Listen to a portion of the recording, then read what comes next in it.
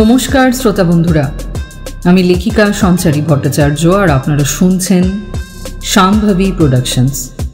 শাম্ভবী প্রোডাকশনসের আজকের সবিশেষ নিবেদন সুলেখক সুরজিৎ ঘোষের কলমে বিরচিত তারানাথ তান্ত্রিকের ফ্যানফিকশন সম্বলিত কাহিনী তারানাথ তান্ত্রিক ও রক্ত খাকিনী।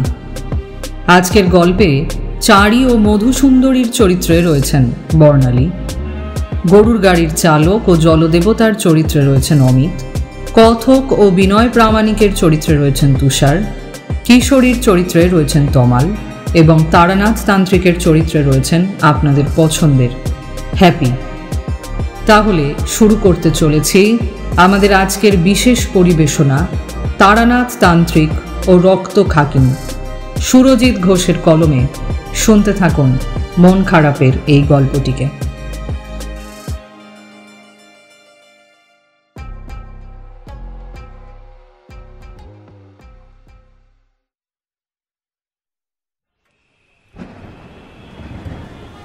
ঠাকুর মশাইয়ের গৃহে এসে উপস্থিত হতে না হতে চারি আমাদের হাতে তুলে দিল গরম গরম 2 পেয়ালা চা আর সাথে চাল কলাই ভাজা। চাল কলাই ভাজা দেখে কিশোরীর যেন জিভে জল চলে এলো। সে এক মুহূর্ত বিলম্ব না করে তক্তপোষের উপর বেশ চাকিয়ে বসে চা সহযোগে চাল কলাই ভাজা খেতে লাগলো। আমি চায়ে চুমুক দিতে দিতে চারির উদ্দেশ্যে প্রশ্ন করলাম, তা কি ব্যাপার চারিমা? আসার পর থেকে ঠাকুর মশাইয়ের দর্শন পাচ্ছি না, তিনি কি গৃহে নেই নাকি? আমার এই প্রশ্ন শুনে চারি ডাইনে বামে নেতিবাচক ভঙ্গিমায় ঘাড় নেড়ে জবাব দিল, আগে না কাকাবাবু, বাবা মশাই তো গৃহে নেই।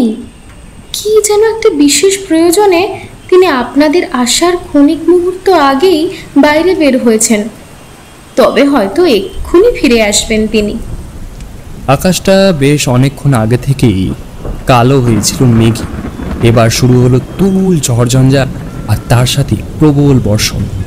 আচমকা কিশোরী সদরের পানে তাকিয়ে বলল, ওই তো ঠাকুরমশাই এসে গেছেন।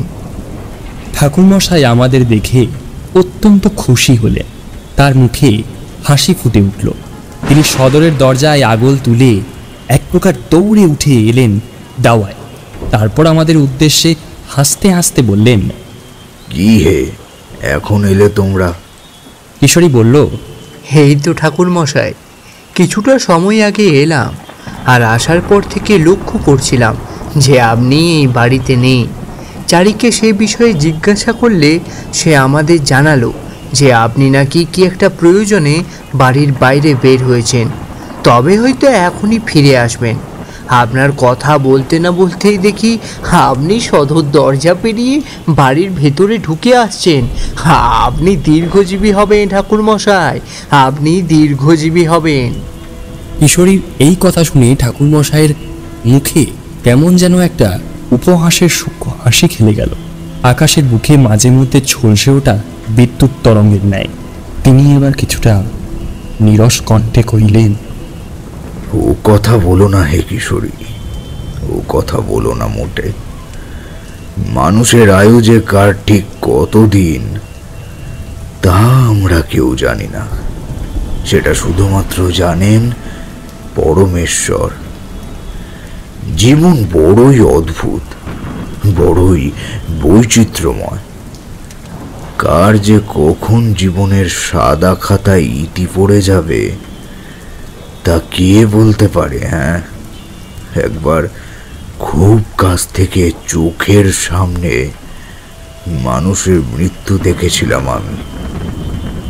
এক অশরীরী প্রেতের কবলে পড়ে মারা যেতে বসেছিল শত শত নিরীহ গ্রামবাসী মানুষজন।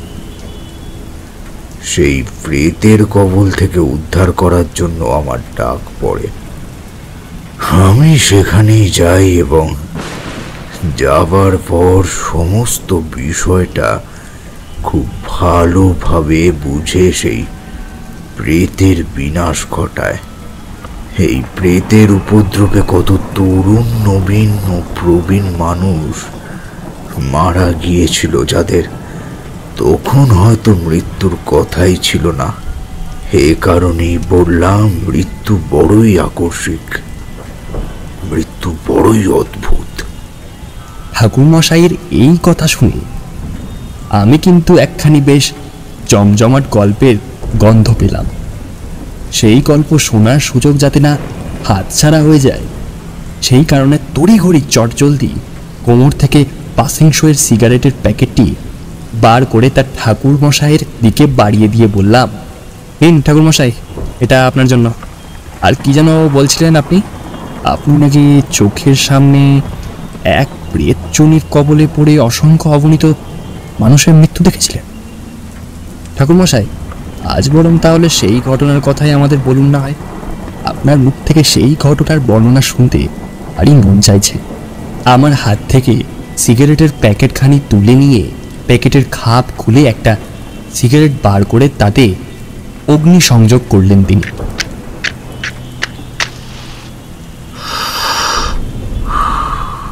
তারপর অল্প স্বল্প টান দিতে দিতে তক্তপোষের উপর বসে আমাদের উদ্দেশ্যে বললেন, সেই ঘটনার কথা শুনবে বলছো? আচ্ছা বেশ, ঠিক আছে, শোনো তবে সেবারে ঠিক কি ঘটেছিল। এই কথা বলে ঠাকুরমশাই এবার শুরু করলেন তার গল্প পাঠ। আমি আর কিশোরী একটু গা ঘেঁষাঘেঁষি করে বসলাম। বাইরে থেকে শীতল জল বাতাস এসে অন্ধকারের মধ্যে আমাদের সর্বাঙ্গ মিশে যেতে লাগলো, আর তাতেই হৃদয়ের মধ্যে একটা শিরশিরে শীতল অনুভূতি যেন ক্রমে জন্ম নিল। এই ঘটনা আজ থেকে বেশ অনেক বছর আগের। ঘটনাটি আমি প্রায় ভুলতেই বসেছিলাম, কিন্তু আচমকা আজ তোমাদের কথায় স্মৃতির অতল থেকে যেন ভেসে উঠল। আমি সেবার কয়েকটা দিন বাড়িতে এসেছিলাম। তোমরা তো বরাবরই জানো যে আমি একটু ভবঘুরে স্বভাবের মানুষ।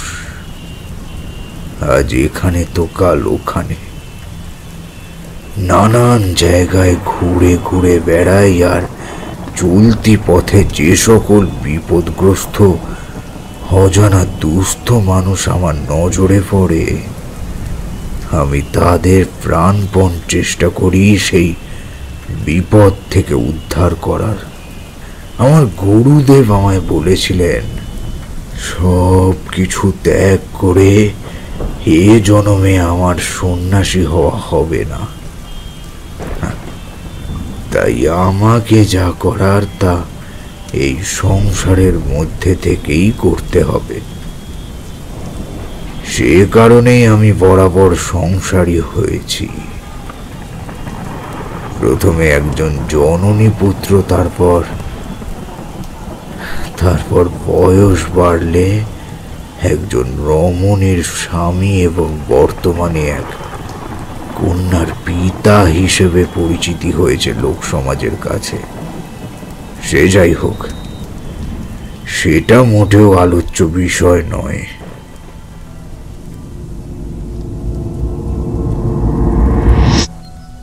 সেবার আমি ঘরের রোয়াকে বসে সদ্য প্রস্ফুটিত দিঘির জল থেকে তুলে আনা বেশ কিছু শতদল গেঁথে একখানি মালা তৈরি করছি দেবী মায়ের গলায় পরাবার জন্য। আচমকা এমন সময় বাড়ির দরজায় টোকা পড়ল। আমি উচ্চ কণ্ঠে গাম্ভীর্যপূর্ণ স্বরে বললাম, কে কে এলেন এই সময়? আমার প্রশ্নে বন্ধ দরজার অপর প্রান্ত হতে এবার উত্তর ভেসে আসে, আগে আমি ঠাকুরমশাই, আমি বিনয় প্রামাণিক। আপনার সাথে আমার ভীষণ দরকার ছিল। যদি দয়া করে একটিবার সদরের আগুলখানা খুলে দিতেন তাহলে বড় উপকৃত হতাম। আমি এবার হাতের কাজ থামিয়ে উঠে দাঁড়িয়ে বললাম, আরে বাবা, যাচ্ছি যাচ্ছি, একটুখানি অপেক্ষা করো। সদরের আগল খুলে দেওয়া মাত্রই আমি দেখলাম দরজার অপর প্রান্তে দাঁড়িয়ে আছে একটি লিকলিকে সরু চেহারার যুবক। বয়স প্রায় 25 বা 30-এর কাছাকাছি। যুবকের মুখ ভর্তি খোঁচা খোঁচা গোঁফ দাড়ির জঙ্গল, মাথায় চুল উস্কো খুস্কো, চোখের তলায় গাঢ় কালির আস্তরণ জমায়িত। দুশ্চিন্তায় তার কপাল যেন ভাঁজ হয়ে রয়েছে। জামা কাপড়ের ধরন ও অবস্থা দেখে বোঝা যায় যে সে নিজের শরীরের সাথে এতটুকুও যত্ন নেয়নি। বেশ কয়েকদিন যাবৎ আমি এবার সেই তরুণ যুবক অর্থাৎ বিনয়ের উদ্দেশ্যে বললাম, আরে এ কি হাল করে রেখেছ এ নিজের শরীরের সাথে? কি হয়েছে? তোমাকে দেখে তো যথেষ্ট দুশ্চিন্তাগ্রস্ত বলে মনে হচ্ছে। কোনো বিপদ আপদের সম্মুখীন হয়েছ নাকি? কোনো কিছু বুঝে উঠবার আগেই সেই যুবকটি এবার হাউ মাউ করে কাঁদতে কাঁদতে আমার দুখানি পা জড়িয়ে ধরল। আমি দ্রুততার সাথে পা থেকে তাকে ছাড়িয়ে দাঁড় করিয়ে বললাম, ছি ছি, এ কি করছো? পা ধরছো কেন? তুমি এমনিতেই আমার কাছ থেকে সাহায্য পাবে। আমার কাছে যে বা যারা আসে তাদের আমি সাধ্য মতন চেষ্টা করি বিপদ থেকে উদ্ধার করার। সেই জন্য তোমার আমার পা ধরতে হবে না। তুমি এসো, আগে বাড়ির ভিতরে এসো দেখি। একটু জল বাতাসা মুখে দাও, কিছুটা স্বস্তি বোধ করো। তারপর না হয় আমায় খুলে বলবে সবটা। সব কিছু জানা অত্যন্ত জরুরি। তা না হলে যে আমি কোনো কিছুই করে উঠতে পারবো না সঠিকভাবে। আমি এবার গ্লাসে করে কিছুটা জল আর কয়েকটা বাতাসা এনে দিলাম তার হাতে। সে আমার মুখ পানে একটি বার তাকিয়ে দুটো বাতাসা মুখে তুলে কিছুটা জল পান করলো। তারপর বিনয় কিছুটা শান্ত হয়ে আমি তার মুখোমুখি গিয়ে বসলাম এবং বললাম, নাও বিনয়, এবার বলো কি কারণে তুমি এত ভীত আতঙ্কিত হয়ে রয়েছ এবং আমার কাছে এসে উপস্থিত হয়েছ সাহায্য প্রার্থনায়। বিনয় এবার অভ্যন্ত ভয়ের সাথে বলতে শুরু করলো সেই ঘটনার কথা। আমার বাসা এখান থেকে বহু দূরে ঠাকুরমশাই। সেই একেবারে দক্ষিণ প্রান্তের ফরিদপুর নামের এক জায়গায়। আপনি নানান জায়গায় ঘুরে বেড়ান, সেই সুবাদে হয়তো নিশ্চয়ই জানেন ফরিদপুর এক জলা জায়গা। তার চারিদিকে ছোট বড় নানা মাপের খালবিলি ভর্তি। আমি সহ গোটা ফরিদপুরের মানুষের মূল জীবিকাই হলো ওই জলা থেকে মৎস্য শিকার করা এবং তা বিক্রয়ের মাধ্যমেই অর্থ উপার্জন করা। সব কিছু একেবারে ঠিকঠাকই চলছিল ঠাকুরমশাই। প্রতিদিন ভোর হলে মানুষজন যে যার নাউডিঙ্গি নিয়ে বেরিয়ে পড়তো বিভিন্ন জলায় মাছ ধরার উদ্দেশ্যে। তারপর মৎস্য শিকার করে তা তারা নিয়ে যেত নিকটবর্তী হাটে। কিন্তু আচমকা কোথা থেকে যে কি হলো তা জানি না। হঠাৎ করেই আমাদের সুন্দর সাজানো গোছানো জীবন যেন যেন তছনছ হয়ে যেতে লাগলো। কেউ আর খুনাক্ষরেও মাছ ধরতে বের হয় না। আর বের হবেই বা কি করে? মানুষ যদি জানে যে জলার বুকে ডিঙ্গি ভাসালে আর মৃত্যু অবধারিত, তাহলে তাহলে কি আর কেউ ঘর সংসারের মায়া কাটিয়ে স্বেচ্ছায় মৃত্যুবরণ করতে চায়? আপনিই বলুন। বিনয়ের এই কথাগুলি শুনে আমি বেশ আশ্চর্য হয়ে পড়লাম। আমার কপালে চওড়া ভাঁজ পড়ল। চোখ সংকুচিত করে তার পানে তাকিয়ে আমি প্রশ্ন করলাম, কেন বিনয়, হঠাৎ করে এমন কথা বললে কি কারণে? ডিঙি জলের বুকে ভাসানো মাত্রই মাঝিদের মৃত্যু ঘটার কারণ ঠিক কি? এক মহা প্রেতাত্মা ঠাকুরমশাই, এক মহা শক্তিশালী প্রেতাত্মা।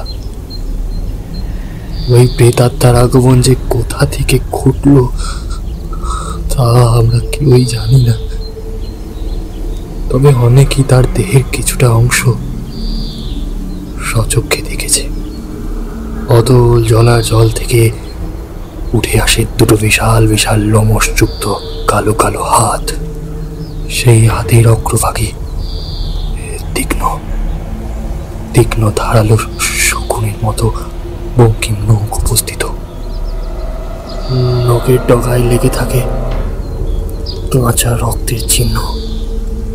সেই হাত দুটো জল থেকে উঠে এসে এলোপাতাড়ি ভাবে সজোরে তা ক্রমাগত নাড়তে শুরু করে এবং এবং নিয়ন্ত্রণ হারিয়ে ডিঙ্গি উল্টে পড়ে জলার মধ্যে। আর একবার জলার মধ্যে ডিঙ্গি পাল্টি খেলে সেই ডিঙ্গির মধ্যে বসে থাকা সকল মানুষ পড়ে যাওয়া মাত্রই সেই প্রেতাত্মা তৎক্ষণাৎ তাদের হত্যা করে রক্ত মাংস খুবলে খুবলে ছিঁড়ে ছিঁড়ে খায়। এই নিয়ে ওই প্রেতাত্মার কবলে পড়ে ফরিদপুরের প্রায় 10-12 জন মানুষ ইতিমধ্যে মারা গিয়েছে। তারপর থেকেই একটা আতঙ্ক ছড়িয়ে পড়েছে গোটা তল্লাট জুড়ে। এর ফলে যেমন আমাদের জীবিকা পুরোপুরি বন্ধ হয়ে গিয়েছে, ঠিক তেমনি আবার বন্ধ হয়েছে পরিবহন ব্যবস্থাও। কারণ আমাদের ফরিদপুরের পরিবহনই হয় জলপথের মাধ্যমে। সব মিলিয়ে জনজীবনে বিপুলভাবে বিঘ্ন ঘটেছে।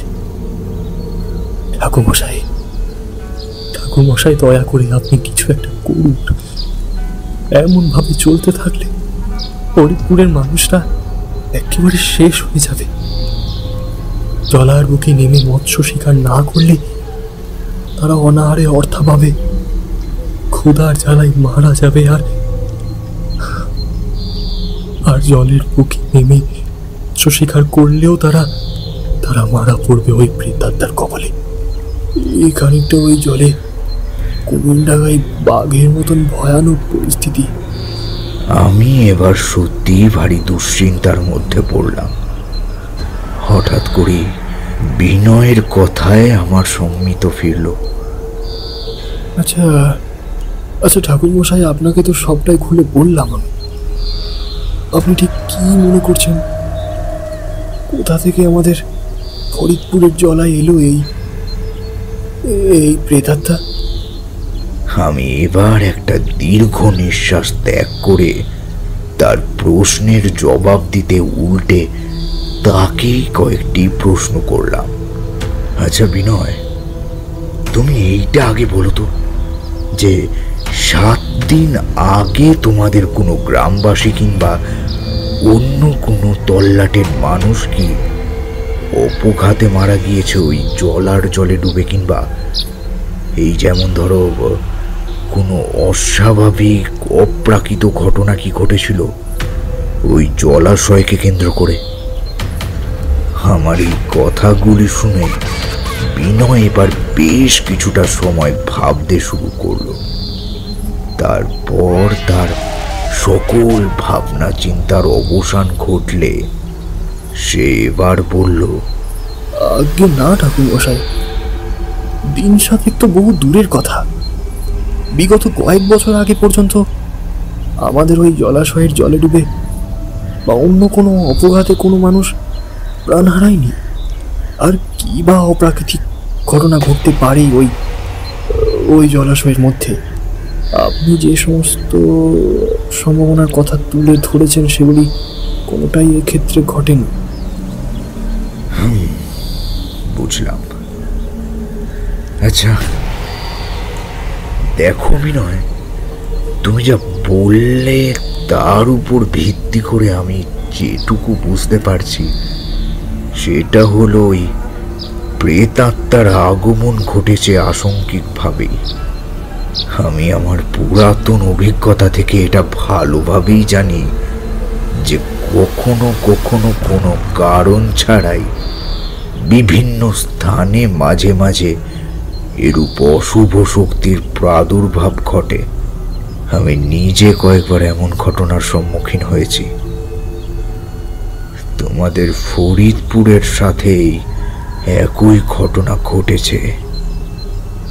ফরিদপুরের জলার মধ্যে আচমকা নিজে থেকেই এসে উপস্থিত হয়েছে এই অশুভ শক্তি, এবং সে তার নিজের কাজ করতে ব্যস্ত হয়ে পড়েছে। ইতিমধ্যেই সে তোমাদের অনেক গ্রামবাসীর প্রাণ কেড়ে নিয়েছে। এখনই এর কোনো একটা বিহিত না করলে ভবিষ্যতে আরো একাধিক নিরীহ মানুষের মৃত্যু ঘটবে এবং তোমাদের অবস্থা আরো শোচনীয় হয়ে পড়বে, এমনটাই আশা করা যায়। সুতরাং তোমার সাথে আমাকে একটিবার ফরিদপুরে যেতে হবে, ওই অশুভ শক্তি চিরতরে বিনাশের উদ্দেশ্যে। এতক্ষণে আমি লক্ষ্য করলাম হতাশা ও দুশ্চিন্তার ঘন কালো মেঘ সরে যেন খুশির ঝলমলে হাসির আভা ফুটে উঠল বিনয়ের মুখমণ্ডল জুড়ে। সে আমার হাত দুখানি জড়িয়ে ধরে বলল, এতক্ষণ ভীষণ রকমের নিশ্চিন্ত হলাম ঠাকুরমশাই।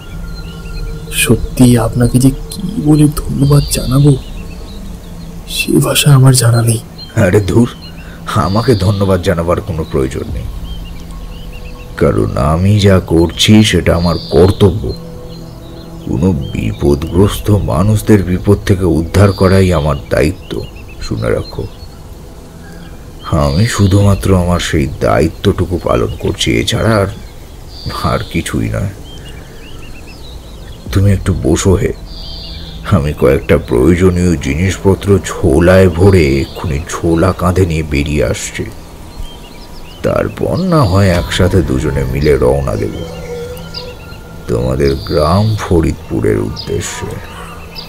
ফরিদপুরের রাস্তা এখান থেকে অনেকটা দূরের, তাই যত তাড়াতাড়ি সম্ভব তত তাড়াতাড়ি বেরিয়ে যাওয়াই মঙ্গল। না হলে আবার হয়তো সন্ধ্যার অন্ধকার নেমে আসতে পারে চলতি পথের মধ্যে, যেটা আমি একদমই চাই না। ঠিক আছে ঠাকুরমশাই, আপনি যান, আমি বরং এখানেই বসেই আপনার জন্য অপেক্ষা করছি। স্বল্প কিছুটা সময়ের মধ্যেই আমি পুনরায় ফিরে এলাম বিনয়ের কাছে। তারপর ঈশ্বরের উদ্দেশ্যে প্রণাম জানিয়ে দুগ্গা দুগ্গা বলে আমরা রওনা দিলাম তার গ্রাম ফরিদপুরের উদ্দেশ্যে। ফরিদপুর গিয়ে যখন আমরা পৌঁছালাম তখন বিকেল প্রায় শেষ হতেই চলেছে। গোধূলির এক চিলতে যৎসামান্য লালচে আলো ছড়িয়ে পড়েছে গোটা আকাশ জুড়ে। বিনয় এবার আমার উদ্দেশ্যে অত্যন্ত ভয়ার্থ কণ্ঠে বলল, ঠাকুরমশাই ভালো করে চেয়ে দেখুন, এই হলো ফরিদপুরের সেই সব জলা যেগুলিতে একসাথে একাধিক মানুষের মৃত্যু ঘটেছে। বিনয়ের কথায় আমি এবার গরুর গাড়ি থেকে মুখ বের করে তাকিয়ে দেখলাম বাইরের পানে আমার চারিপাশে এক অপূর্ব নৈসর্গিক দৃশ্য বর্তমান। একখানি সরু গোছড় মেঠো রাস্তা ধরে কোনো রকমে হেলে দুলে আমাদের গরুর গাড়ি ক্রমে এগিয়ে চলেছে সামনের দিকে, আর রাস্তার দুই ধারে সুদূর বিস্তৃত বিশাল বিশাল সব জলাভূমি দৃষ্টিগোচর হয়।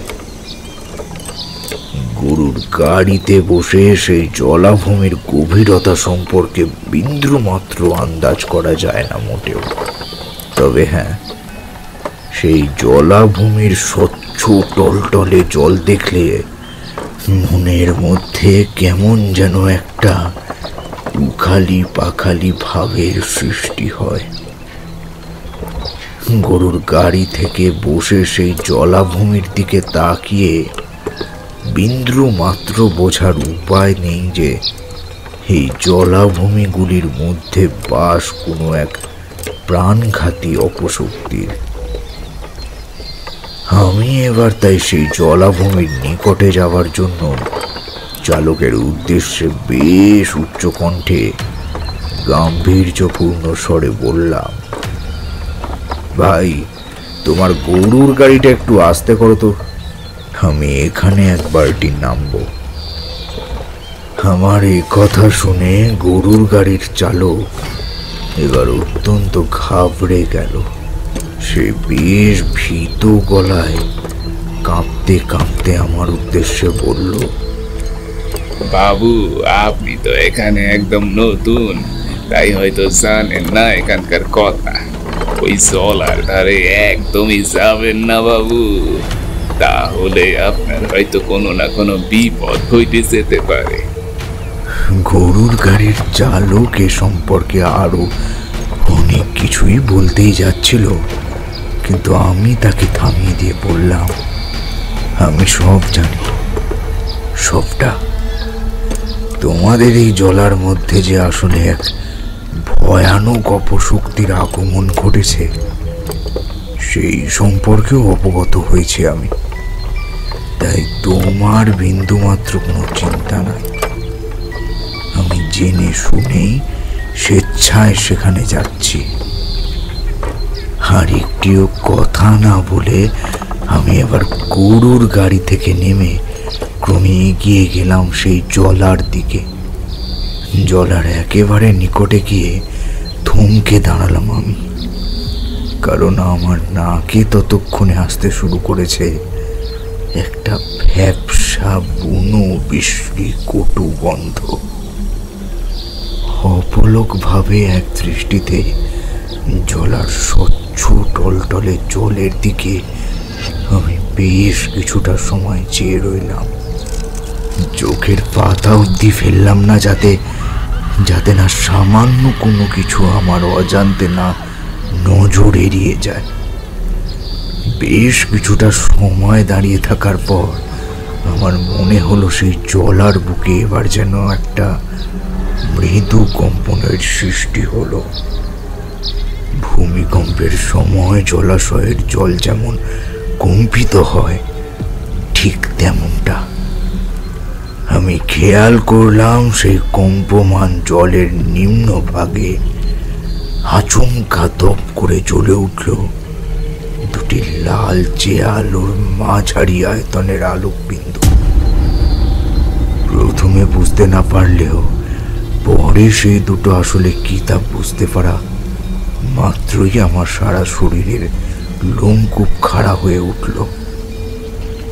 ক্রমে মুহূর্তের মধ্যে চোখের সামনে সব কেমন যেন অন্ধকার হয়ে এলো। জলের তলায় যে লালচে খয়েরি আলোর বিন্দু দুটি আমার দৃষ্টি আকর্ষণ করছে, ও দুটো যেন আসলে কোনো এক প্রাণীর লাল চোখের মনি। আর সেই প্রাণীটি যে আসলে ঠিক কে বুঝতে বেশি দেরি হলো না আমার। আমি দেখলাম আস্তে আস্তে আলোর বিন্দু দুটি যেন জলের তলায় তলিয়ে গেল, আর একটা বিশাল শ্যাওলা ধরা পিছল শরীর যেন আমার নজরে পড়ল। সেখানে দাঁড়িয়ে আর রইলাম না অযথা। আমি আবার এসে পুনরায় বসলাম গরুর গাড়িতে। চালকের উদ্দেশ্যে নির্দেশ দেওয়া মাত্রই গরুর গাড়ির চালক গরুর পিঠে সামান্য কাপড় মারতেই আমাদের গাড়ি পুনরায় মন্থর গতিতে এগোতে শুরু করলো। বিনয়ের উদ্দেশ্যে আমি এবার বললাম, বিনয়, আজ রাতে আমি একটিবার একাকী তোমার নাওখানি নিয়ে নামবই ওই জলায়। আমার মুখ থেকে এমন ধারা কথা শুনে যেন হতবাক হয়ে গেল ছেলেটা। সে বোধহয় কয়েক মুহূর্তের জন্য বাক শক্তি হারিয়ে ফেলল সম্পূর্ণভাবে। তারপর আমার মুখের দিকে ফ্যাল ফ্যাল করে তাকিয়ে কেমন যেন যন্ত্রপ গলায় বলে উঠল, আপনি কি কথা বলছেন ঠাকুরমশাই? আপনি জানেন এর পরিণাম ঠিক কি ঘটতে পারে? আমি আপনাকে এখানে ডেকে নিয়ে এসেছি, আপনার যদি কোনো বিপদ আপদ হয়ে যায় তাহলে কোনোদিন আমি নিজেকে ক্ষমা করতে পারবো না। তাছাড়াও লোক সমাজের কাছে মুখ দেখানোর উপায় থাকবে না আমার। তুমি আমাকে নিয়ে অযথা এত চিন্তা করো না হে বিনয়। আমার কিছুটি হবে না, কারণ ঈশ্বরের আশীর্বাদ রয়েছে সবসময় আমার উপর। আমাকে একটু ভরসা করো, যা বলছি তা শোনো। আজ রাতে আমি সম্পূর্ণ একাকী বের হব ওই জলার উদ্দেশ্যে। তুমি দয়া করে সে কাজে বাধা দিও না। আচ্ছা বেশ, ঠিক আছে ঠাকুরমশাই, আপনি যেমনটা ভালো বোঝেন তাই করব। তবে যা করবেন তা অত্যন্ত সাবধানের সাথে। ওই অপশক্তি কিন্তু ইতিমধ্যেই বেশ কিছু নিরীহ মানুষের প্রাণ কেড়ে নিতে সক্ষম হয়েছে।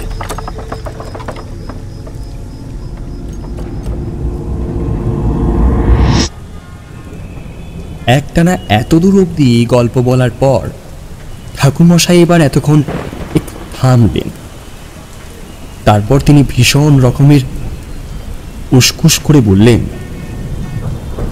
তোমরা এখানে একটু বসে অপেক্ষা করো হে। আমি একবার ভিতর বাড়ি থেকে গড়গড়া খানা ভালো করে সেজে আনি। তোমাদের ওই নামি দামি সব সিগারেট দিতে পুরোপুরি ব্যর্থ। তোমরা দুটিতে একটু বসে অপেক্ষা করো, আমি এক্ষুনি ফিরে আসছি। এই কথা বলে ঠাকুরমশাই এবার উঠে দাঁড়িয়ে সোজা প্রবেশ করলেন তার কক্ষের অভ্যন্তরে। আমি আর কিশোরী একে অপরের মুখাপেক্ষী হয়ে বসে রইলাম কিছুটা সময়। তারপর টুকিটাকি কথোপকথন আমাদের মধ্যে এর মাঝে চলতেই থাকলো। মাঝের সময় চারি একটিবার আমাদের সামনে এসে রেখে গেল গরম গরম পেয়ালা চা আর কয়েকটা নাড়ু। বড় বড় নারকেল নাড়ু দেখে কিশোরীর চোখ যেন জলজল করে উঠল। সেই অতি দ্রুততার সাথে বেশ কয়েকটা নাড়ু একসাথে মুখে পুড়ে তা চিবুতে চিবুতে বলল, বেড়ে বানিয়েছো, কিন্তু চারিমা সত্যিই তোমার হাতের প্রশংসা করতেই হয়। কিশোরীর এই কথা শুনে চারি এবার যেন কিছুটা লজ্জিত হয়ে পড়ল। সে মুখ টিপে মুচকি হেসে পুনরায় চলে গেল তার নিজের কাজ করতে রক্ষণশালার পানে। এদিকে জ্বলন্ত গড়গড়া হাতে নিয়ে ঠাকুরমশাই উপস্থিত হলেন আমাদের সম্মুখ ভাগে।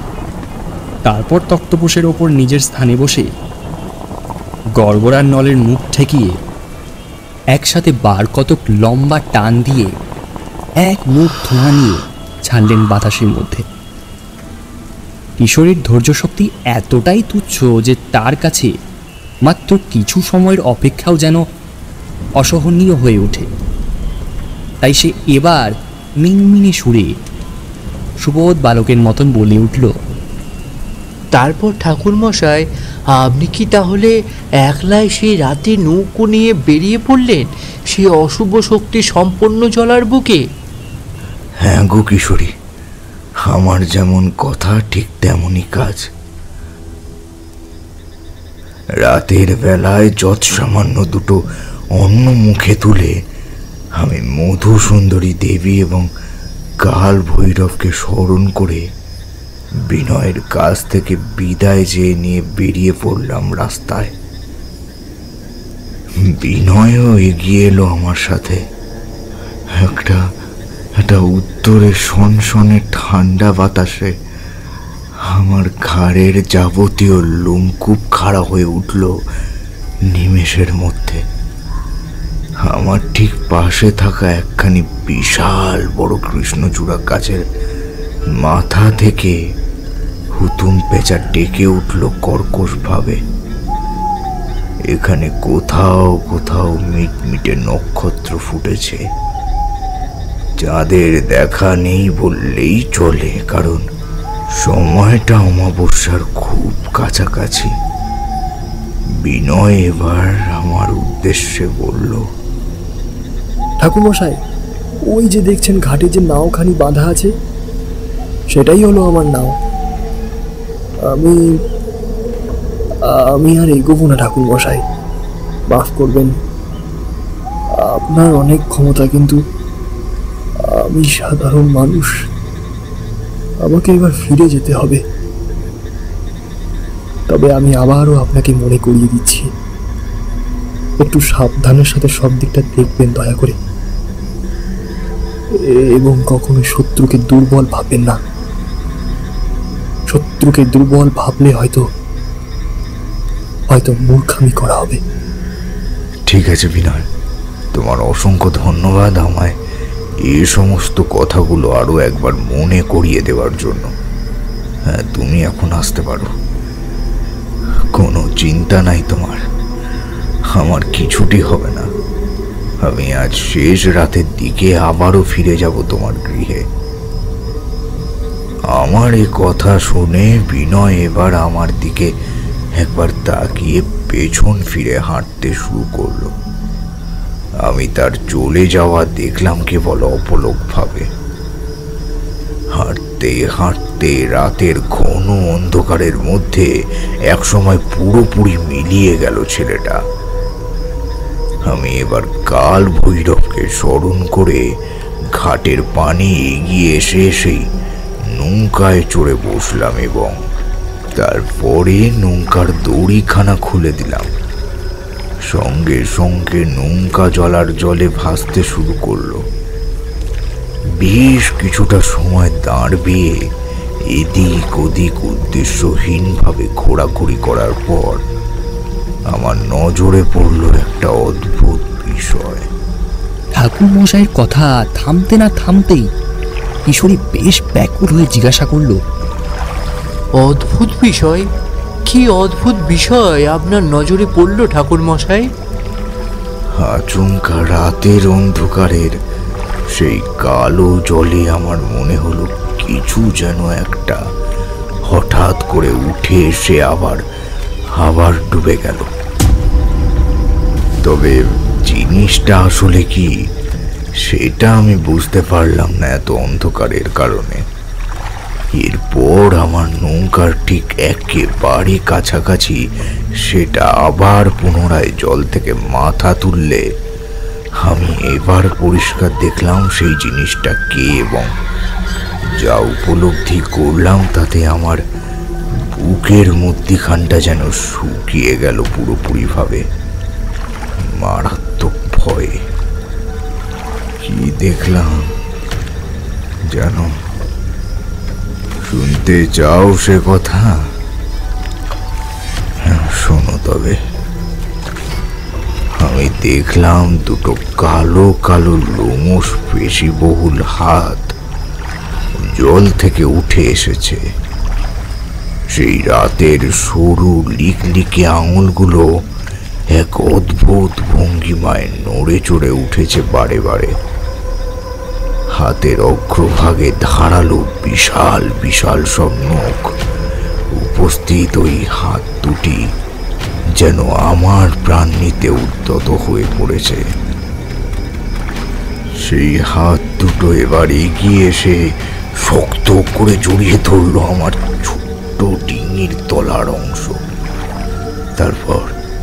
তারপর সেটা ক্রমাগত দোলা দিতে লাগলো ডিঙি ধরে। ঠিক যেমনটা বিনয়ের মুখে থেকে শুনেছিলাম হুবহু তেমনটাই ঘটতে থাকলো। কতক্ষণ দাঁড়ের মাধ্যমে নৌকার নিয়ন্ত্রণ ধরে রাখতে আমি সক্ষম হয়েছিলাম তা সঠিকভাবে বলতে পারি না, তবে সেই সময় যে মোটেও বেশিক্ষণের ছিল না এতটুকু আমার এখনো মনে আছে। একটা প্রবল ঝাঁকুনির সাথে সাথেই আমার ছোট নৌকা পুরোপুরি ভাবে উল্টে গেল। কি দেখছি আমি? হ্যাঁ, কেবলমাত্র একটি প্রেতাত্মার বাস নয় মোটেও। ওই জলাশয় যেন শত শত হাজার হাজার লাখ লাখ অশরীরী অতৃপ্ত আত্মা এসে একসাথে বাস করতে শুরু করেছে এইসব জলার অতল জলে, যা এই গ্রামের কোনো একটি মানুষও এতদিন জেনে উঠতে পারেনি। সেই কালো কালো লোমশ শত শত হাতগুলো যেন আমায় জড়িয়ে ধরার চেষ্টা করলো। বলি, মাগুর, শিঙি, বোয়াল মাছের বাচ্চাদের ঝাঁক দেখেছো কখনো? একসাথে দলবদ্ধ ভাবে যেমন থাকে ঘুরে বেড়ায়, সেই অতৃপ্ত অশরীরী আত্মারাও ছিল একইভাবে। তাদের উদ্দেশ্য একটাই, আমার মৃত্যু ঘটানো এবং আমার মৃত্যুর পর মরদেহ থেকে রক্ত মাংস খুবলে খুবলে খাওয়া। কিন্তু ওরাও জানে না যে আমি আসলে কি। আমার দেহের চারপাশে এবার এক তীব্র আলোর জ্যোতি ফুটে উঠল সহসা। আমি বুঝলাম পরমেশ্বর সদয় হয়েছেন আমার প্রতি। তিনি আমাকে এক সুরক্ষার মায়া জালে আবদ্ধ করেছেন, আর জীবন রক্ষার জন্য একটিও হাত আমার নিকটে এসে পৌঁছতে পারল না। সেই আলোক রশ্মি কাছাকাছি আসতেই তারা যেন ছিটকে সরে যেতে লাগলো। আমি এবার ক্রমশ সাঁতার কেটে এগিয়ে আসতে লাগলাম ডাঙার দিকে। ঠাকুর মশাইয়ের কথা থামতে না থামতেই কিশোরী বেশ ব্যাকুল হয়ে জিজ্ঞাসা করল, ঠাকুর মশাই, আপনি সেই ভয়ানক একাধিক প্রেতাত্মার হাত থেকে নিজেকে রক্ষা করে ওই জলা থেকে উঠে আসতে পারলেন? আমি দেখলাম কিশোরীর এই প্রশ্ন শুনিয়ে ঠাকুর মশাইয়ের ঠোঁটের কোণে চিলতে হাসি রেখা ফুটে উঠল। তিনি আমাদের দিকে প্রসন্ন দৃষ্টিতে তাকিয়ে বললেন, যার সাথে স্বয়ং পরমেশ্বরের আশীর্বাদ সর্বদা থাকে মাথার উপর, তার আবার চিন্তা কিসের হে? আমি এবার সেই জলার ধার থেকে উঠে গা ও মাথা ভালোভাবে মুছে নিয়ে নিকটবর্তী একটি বট কিংবা অশ্বত্থ গাছের তলায় এসে বসলাম। বাতাসের বেগ ক্রমে বৃদ্ধি পাচ্ছে একটু একটু করে। আমি মনে মনে স্থির করলাম, এই সকল প্রেত বিনাশের জন্য আমায় একবার মধুসুন্দরী দেবীর ধ্যান করতে হবে। একমাত্র দেবী পারেন আমায় এই সংকটের হাত থেকে মুক্তির উপায় বলে দিতে। আর কি, যেমন ভাবনা তেমন কাজ। তৎক্ষণাৎ আমি অশান্ত মনকে শান্ত করে তুললাম ধীরে ধীরে। তারপর টান টান হয়ে পদ্মাসনে বসে দুই চোখ বন্ধ করে ধ্যান করতে লাগলাম। কতক্ষণ যে গভীরভাবে ধ্যানে মগ্ন ছিলাম তা সঠিকভাবে বলতে পারি না, তবে আচমকা একটা ভীষণ সুন্দর মন মাতানো গন্ধ আমার নাকে এসে ঠেকল। আমি নিশ্চয়তার সাথে বলতে পারি সেই গন্ধ লৌকিক কিংবা অলৌকিক জগতের কোনো গন্ধ নয়। সেই গন্ধ হলো এই দুই জগতের মাঝামাঝি কোনো এক জগৎ সংসারের গন্ধ। আমার মনটা যেন তিলে তিলে একটু একটু করে পবিত্র হয়ে উঠল। আমি বুঝলাম স্বয়ং দেবী আবির্ভূতা হয়েছেন। ধীরে ধীরে চোখের পাতা খুলে সামনের দিকে তাকাতেই আমার দৃষ্টিগোচর হলো অন্ধকারের মধ্যে দিয়েই দাঁড়িয়ে রয়েছেন মধুসুন্দরী দেবী। তার গা থেকে যেন উদ্ভাসিত হচ্ছে কয়েক শত উজ্জ্বল বর্ণের আলোক রশ্মি। সেই আলোর কারণে আমার যেন চোখ ধাঁধিয়ে গেল। আমি এবার দুই হাত জড়ো করে দেবীর উদ্দেশ্যে মিনতি সুরে বললাম, হে দেবী, তুমি তো সবই জানো, নতুন করে তোমার অজানা কিছুই নয়। তুমি তো অন্তর্যামী। দয়া করে তুমি বলো, এই এত প্রেতাত্মাদের আমি বিনাশ করব ঠিক কি উপায়? মধুসুন্দরী দেবী এবার আমার কথায় কিছুটা হেসে উত্তর দিলেন, কিন্তু সাধক, আমি যে ক্ষেত্রে বড়ই নিরুপায়, আমি তোমাকে সাহায্য করতে পারবো না কিছুতেই। দেবীর কথা শুনে আমি ভীষণ রকমের হতাশাগ্রস্ত হয়ে পড়লাম। আমার গলা খানিকটা যেন কেঁপে উঠল। কম্পিত সুরে আমি বললাম, আপনি কি বলছেন হে দেবী? আপনিও যদি এভাবে মুখ ফিরিয়ে নেন, তাহলে আমি সাহায্য প্রার্থনা করব কার কাছে? ফরিদপুরের এই সকল নিরীহ মানুষগুলির জীবন প্রায় বিপন্ন হতে চলেছে। তাদের তবে রক্ষা করবে কে? দেবী আমার এই কথা শুনে পুনরায় হেসে উঠলেন। তারপর নিচে থেকেই বললেন, তোমার কোনো চিন্তা নেই সাধক, আমি তোমায় এক্ষেত্রে সাহায্য করতে পারবো না এ কথা ঠিকই, তবে তুমি কার কাছ থেকে সাহায্য পাবে সেটা আমি বলে দেব। এই পুষ্পটি তুমি রাখো সাধক। কাল রাতের মধ্য প্রহরে তুমি আবার নৌকা নিয়ে ওই জলার বুকে নেমে জলার মধ্যিখানে যেও।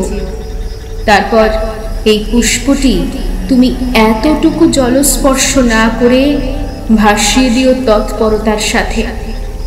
এক মনে জলদেবতাকে স্মরণ করো, দেখবে তিনি সেখানে প্রকট হবেন এবং তোমায় এই সংকট থেকে বেরোনোর কোনো না কোনো একটি উপায় নিশ্চয়ই বলে দেবেন। আমি এবার দেবীর দিকে আমার দুই হাত বাড়িয়ে দিলাম। আমার হাতের মেলে ধরা তালুর মধ্যে কোথা থেকে একটি পুষ্প এসে হাজির হলো। আমি আবার সেটা মাথায় ঠেকিয়ে অত্যন্ত ভক্তির সাথে মধুসুন্দরী দেবীর উদ্দেশ্যে প্রণাম জানিয়ে কহিলাম,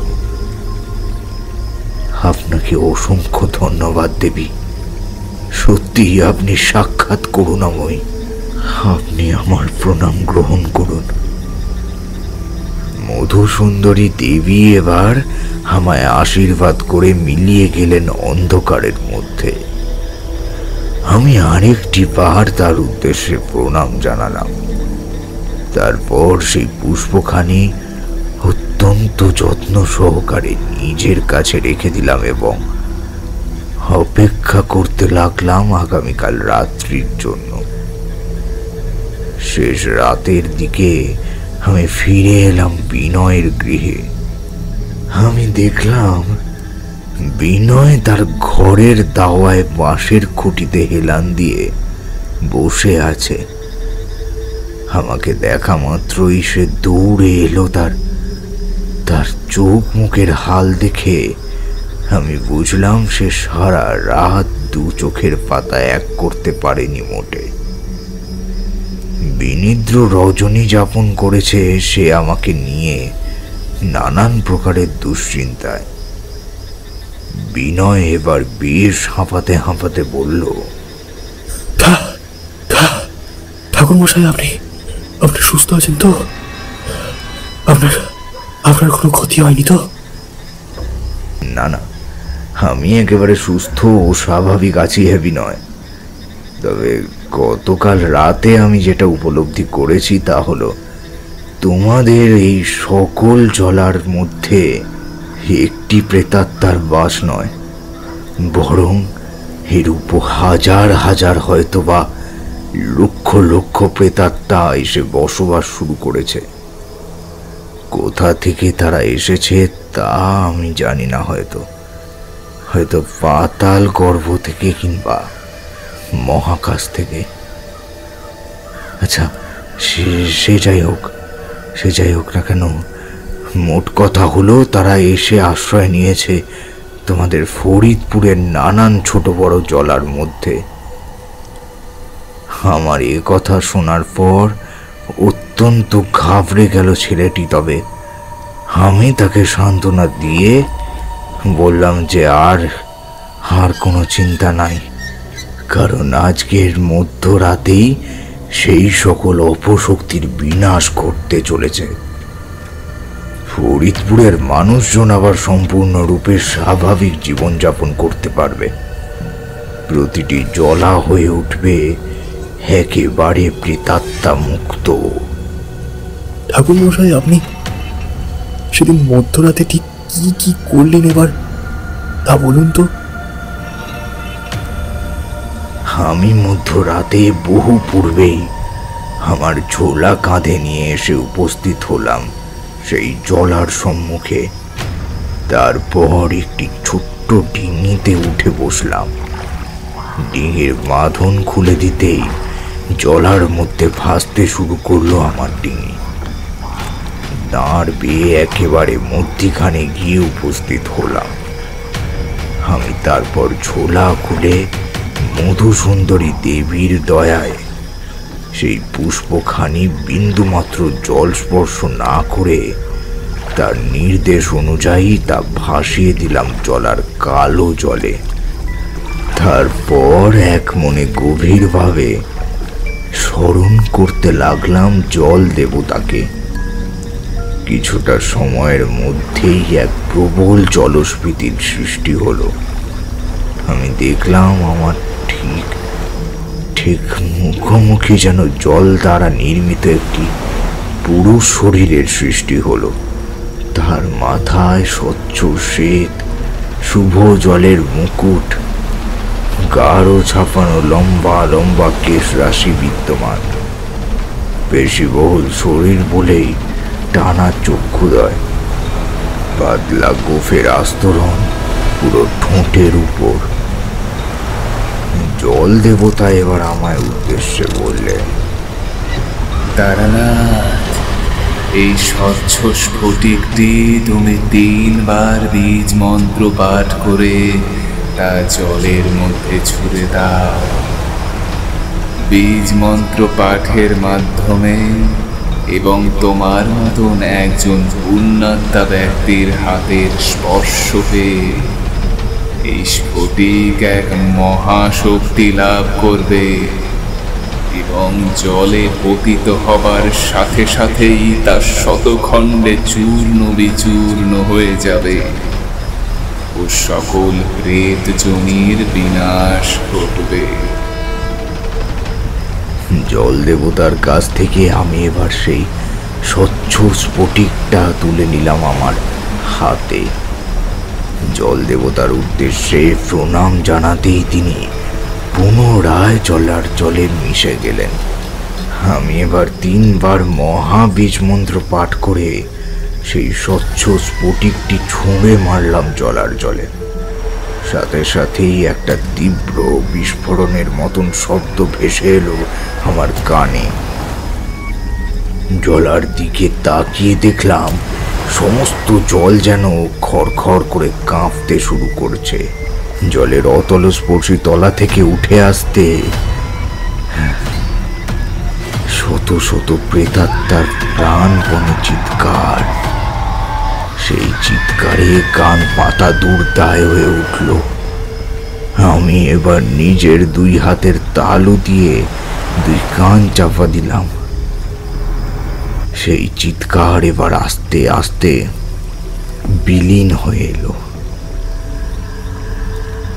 আমি বুঝলাম প্রেত বিনাশ ঘটতে শুরু করেছে ইতিমধ্যেই এবং সমস্ত আওয়াজ একসময় থেমে গেল পুরোপুরিভাবে। আমি পরমেশ্বরের উদ্দেশ্যে প্রণাম জানিয়ে পুনরায় ডিঙি নিয়ে ফিরে এলাম স্থলভাগের দিকে।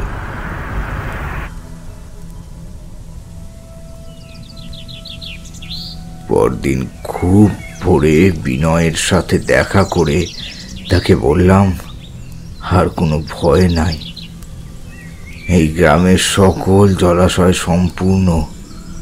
সম্পূর্ণ প্রেতাত্মা মুক্ত হয়েছে। আমার কথা শুনে জলার মধ্যে তৎক্ষণাৎ ঝাঁপিয়ে পড়ল বেশ কয়েকটা তরুণ যুবক। তারা সাঁতার কেটে জলে পার ওপার করে দিলেও আর কেউ প্রাণ হারালো না। সকলে ধন্য ধন্য করলো আমার নামে। আমি তাতে প্রবল আপত্তি করে বললাম, আমাকে নয়, ধন্যবাদ দেবার হলে তারা যেন জল দেবতা মধুসুন্দরী দেবী এবং পরমেশ্বরকেই তা দেয়। ফরিদপুরের সমস্ত সমস্যার সমাধান করার পর আমি এবার ফিরে এলাম আমার নিজ গ্রামে কয়েকটা দিন বাড়িতে থাকার জন্য। ভীষণ রকমের মন চাইছিল, সেই ইচ্ছাই পূরণ করতে উদ্যত হলাম আমি।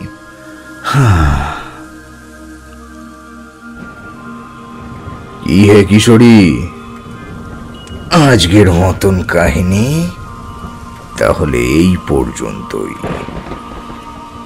চলো ভাইয়া কিশোরী, আজকের মতো তো গল্প এখানেই শেষ। এবার তাহলে বাড়ি ফেরা যাক নাকি?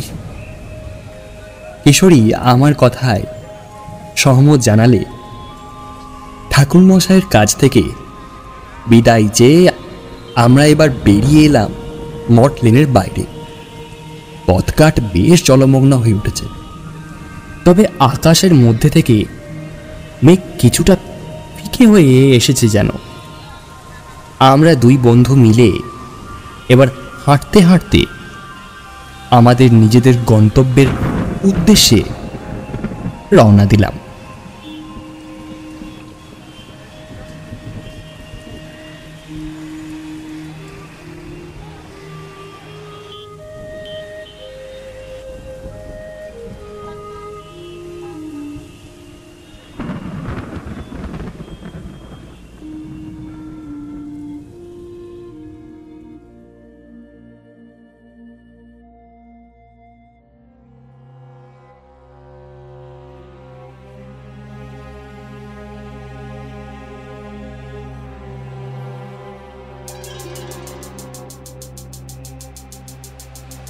আপনারা এতক্ষণ শুনছিলেন সুলেখক সুরজিৎ ঘোষের কলমে বিরচিত তারানাথ তান্ত্রিকের ফ্যানফিকশন সম্বলিত কাহিনী তারানাথ তান্ত্রিক ও রক্ত খাকিনী।